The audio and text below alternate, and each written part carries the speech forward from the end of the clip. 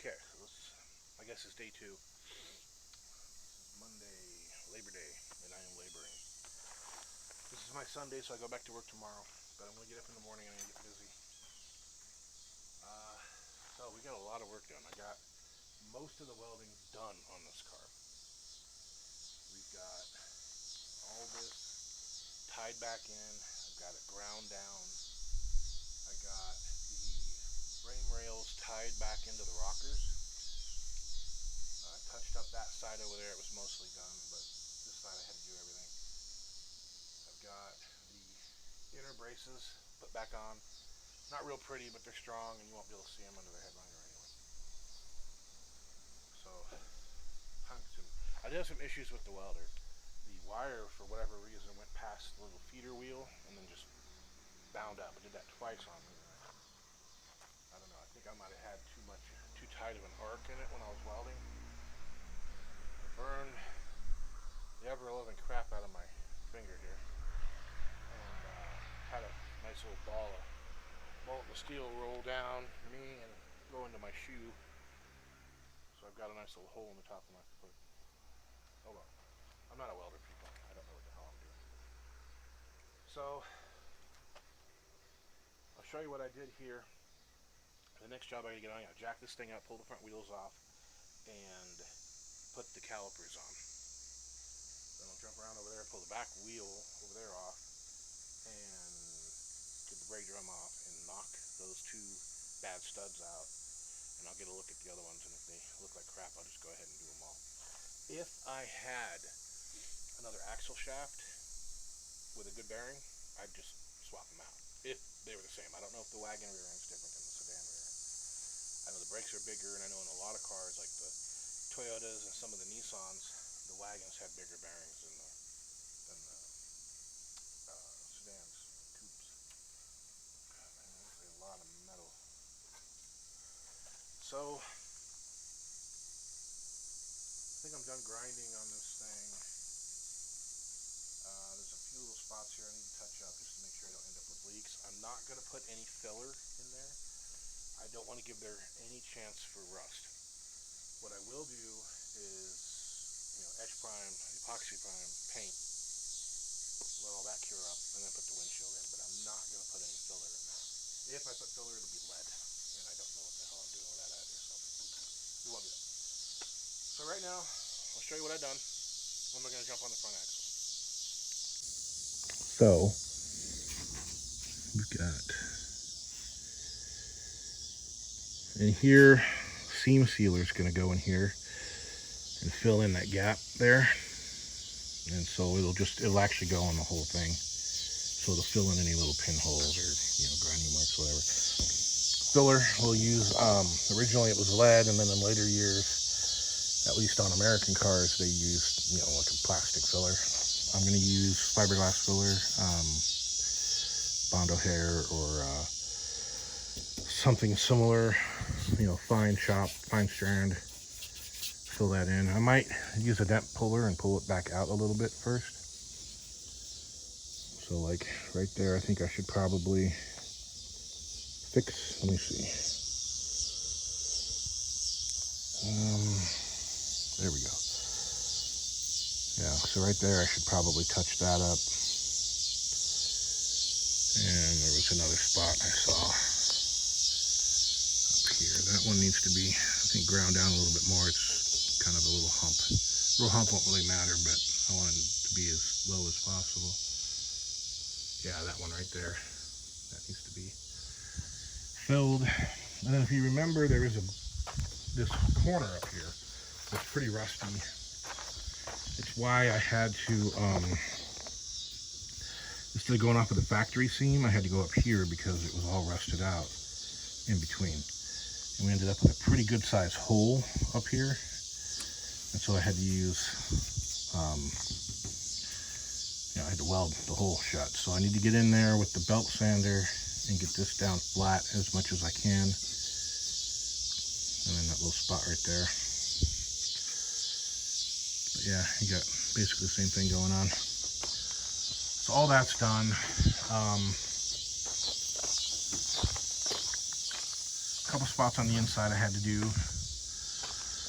Oh, and then this, I still need to get back in here and fill that. Probably have to. And I left these up because it's really hard to get in there with the grinder. Plus, this grinding wheel is very fine. It's what came with the damn thing. I've got a more aggressive one somewhere. I don't really want to use it though. But I'm going to hit this with the belt sander because it's a lot less aggressive and I don't want to take more metal off. And then I got to hit the inside of it too with that grinder and then the belt sander. But I don't need to do that for the car show. I need to do that later. I didn't really need to grind any of that for the car show, but I kind of wanted to hide my horrible welds a little bit. So I'm not going to put this stuff back on for the car show. I'll leave it open so people can see it's done. And this has been welded, both plug welded. Get out of there. Okay, it's been both plug welded and welded to the edges all the way around. The only thing I haven't done is the flange where it goes down and the plug welds. I haven't done those yet, but I will. And all this mess needs to get cleaned out of here. That mess. Okay, so right now,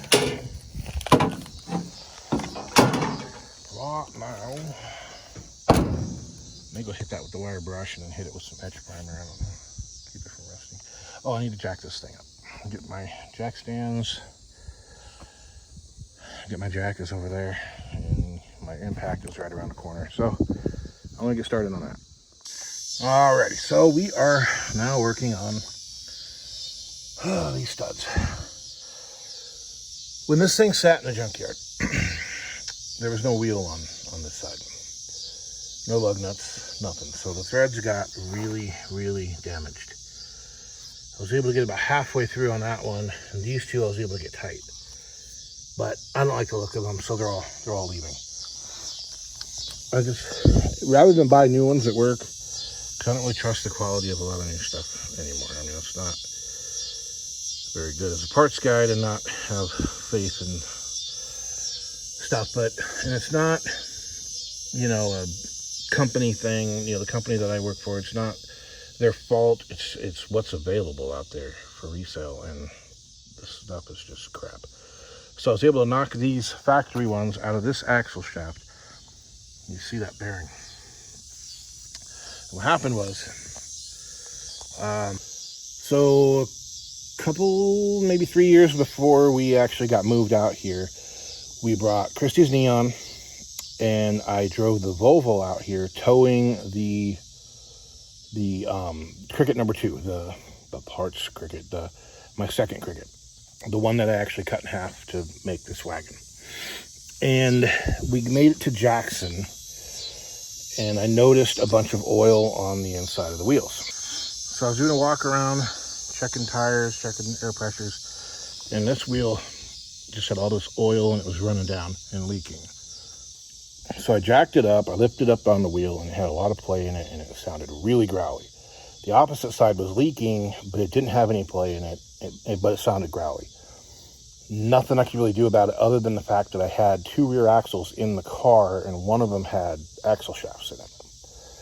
I happened to grab a hold of it, and the axles wouldn't turn.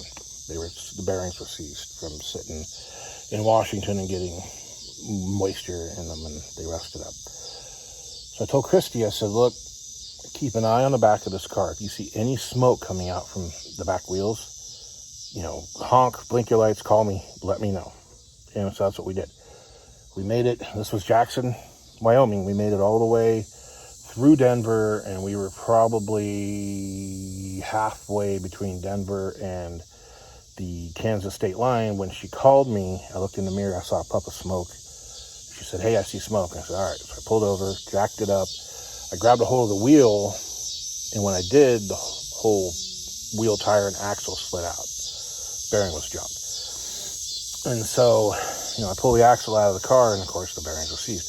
And I couldn't get them loose, so I had to go, take her Neon, haul ass to the nearest town. There was a Napa that was about ready to close, grabbed an expensive-ass ball-peen hammer, and beat the crap out of the axle shaft to get it out of the housing. I destroyed the backing plate, which is fine.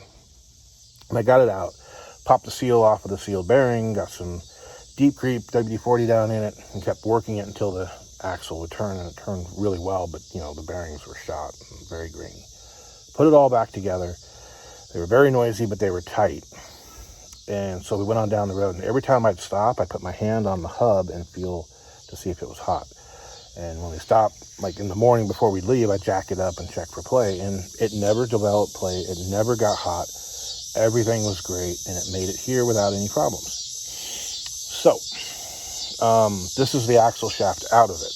As you can see, that bearing surface is history, and it might have even damaged the axle itself, so I didn't feel too bad about beating on the back of it to knock these studs out. I just stuck it straight down on the concrete and beat the crap out of it, back there to get it out. So, factory studs. Now I get to beat the crap out of this one to knock the studs in.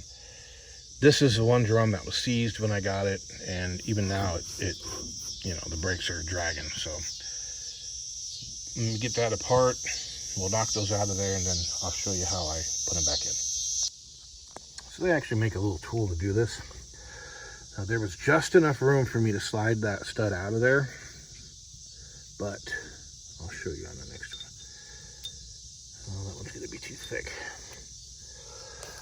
So some grease would be great. Oil, something. You put the lug nut, a sacrificial lug nut, I should say, on backwards.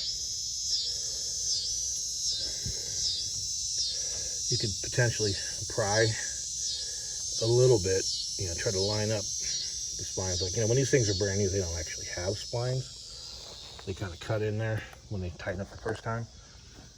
But again, they make a little tool that would go in the quote right way. There we go.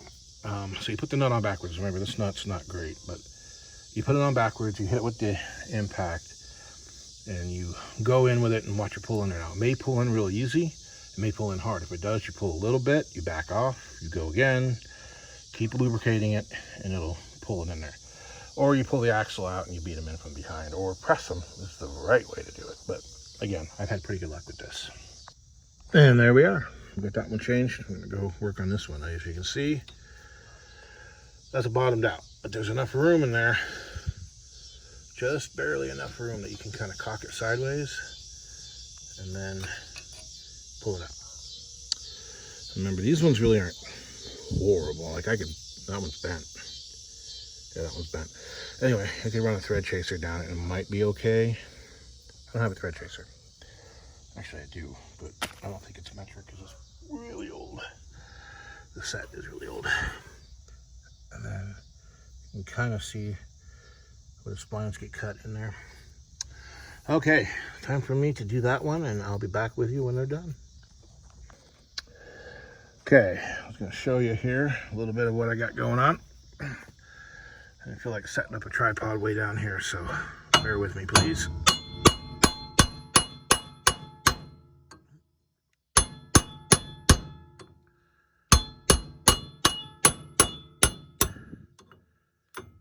There we are. Knock it out. Use two hands here. Hold up. Okay, so I use two washers, better than one. Hopefully that they'll turn against each other. Lube everything up really liberal. Put the nut on backwards. Now, if you had that little tool, you would actually put the nut on the normal way, and it's got kind of a seat in it. I'm using a spring to kind of hold it in place. And I did find a deep. Make sure it's turned the right way. Here we go.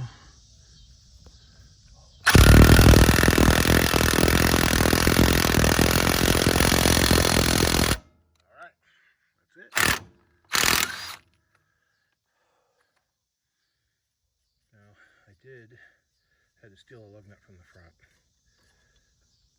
This one was a fairly new one, Dorman, whatever. And it's held up. That other one I had, the factory one, I don't know where it went. It pulled all the threads out of it. So now I can put this back in there, but before I do, I am going to spray a bunch of Deep Creep on the brake adjuster, because I want to make sure that, or hopefully it comes free, because all this brake hardware you can't get here, and I don't know if you can even get it there. I remember putting out a request for it and I didn't get any answers, and then I got lucky that one popped up in the junkyard and I was able to pull it all out, but we're good for right now. Okay, so this brings us to an end of another weekend. I just went over my list and I've got the welding done, most of the welding total for this project, but I get the welding done that I set out to do, and the thing is safe now to be towed with a tow bar. I went to put the calipers on, but I can't find bolts anywhere, so I'll have to get those at work tomorrow. About halfway through that job. Got the studs changed in the back wheel here. I'm going to go ahead and get new lug nuts because I don't trust these rusted out POSs. And I've actually got a full set of nice chromy lug nuts, but they're not going on until I put the aluminum wheels on. I'm not gonna, tear them up now. I got the hatch changed. I didn't show you that yet, did I? So here's my NOS new old stock tailgate hatch, fifth door, I don't know, whatever you want to call it. This was donated to me by David Knight, sent from all the way across the pond. It's survived pretty well. I mean, the corner's got a little bent up, but a hell of a lot better than I expected. It's been sitting around, so it needs some rust to be sanded off of it. But I mean, look at this. Nothing there. A few dings in it. Who cares? Better than that one. It's all beat to hell and rusted out. And this one is just completely rusted out. I actually ran my head into that corner while I had it open. And that's the corner that was paper thin. Well, now it's completely shredded, and I'm surprised I wasn't bleeding. But anyway, this is on. It's not adjusted, but that's a pretty good gap there. Fairly consistent. This starts off a good gap, and then you have this dent here, but as you can see, it gets less and less and less and less and less until you have no gap. And then you have a gap down here. So from all this accident damage down here, I think it kind of curled it in. I'm hoping that when I push that corner back out or pull that corner back out, it'll pull that back out. A block of wood and a big ass hammer, a block of hardwood and a big ass hammer might push it out. I don't know. Frame machine, they have one at the school, but I don't know if anybody knows how to use it. But yeah, I got that done. There's still a few things left to do. Obviously, get the lug nuts, get the brake caliper bolts. I've got a sample up here. Seatbelt bolt, but I think it's the same thread. I'll put a ratchet strap around the back here, a ratchet strap over the hood because I don't have latches on either one of them. But that'll do right before I tow it. I need to attach this panel here. This panel here. Attach it. I think what I'll do is I'll take right here where it's been drilled for the spot weld. Maybe drill another little hole here, there, and just put a couple Tex screws in. That'll be enough to hold it in place. I don't have to worry about it falling off. This has already got screws, a couple screws holding it in place. I'm not going to have a latch on it, so I don't have to worry about it going anywhere. And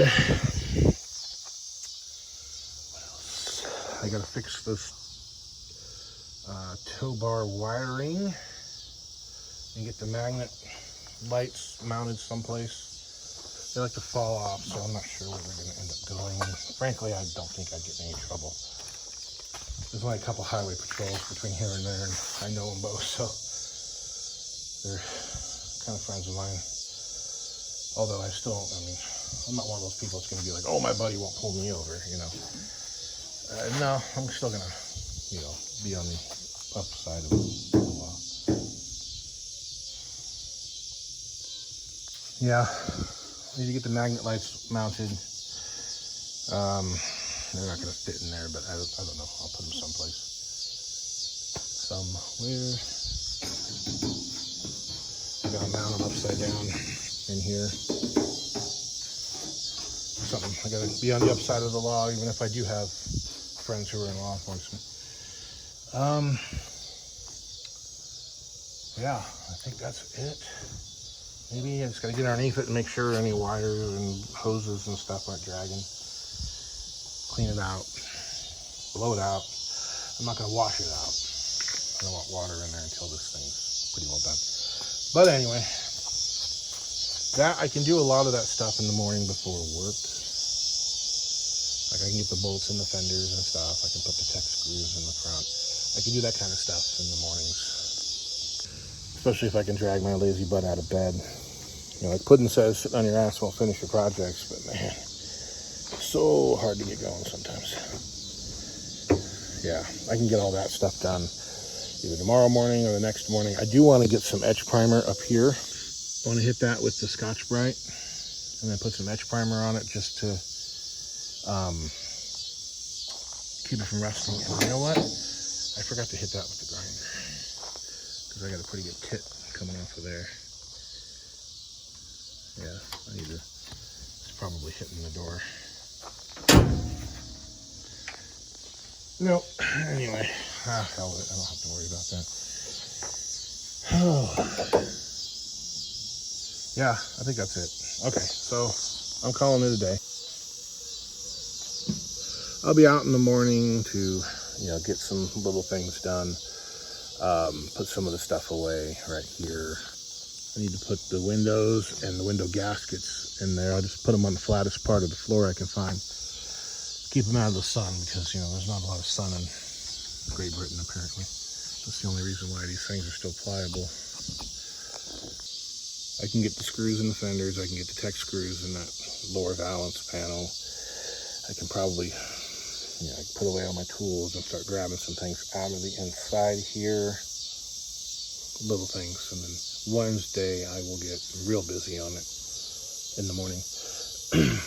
Make sure I get up early enough and get those final things, you know, taken care of. I don't get home until, you know, 9:45 at night, so it's way too late to be doing much of anything. But that's it. I'm calling it a night, y'all. It's been a hell of a weekend. You guys keep it safe and have a great day.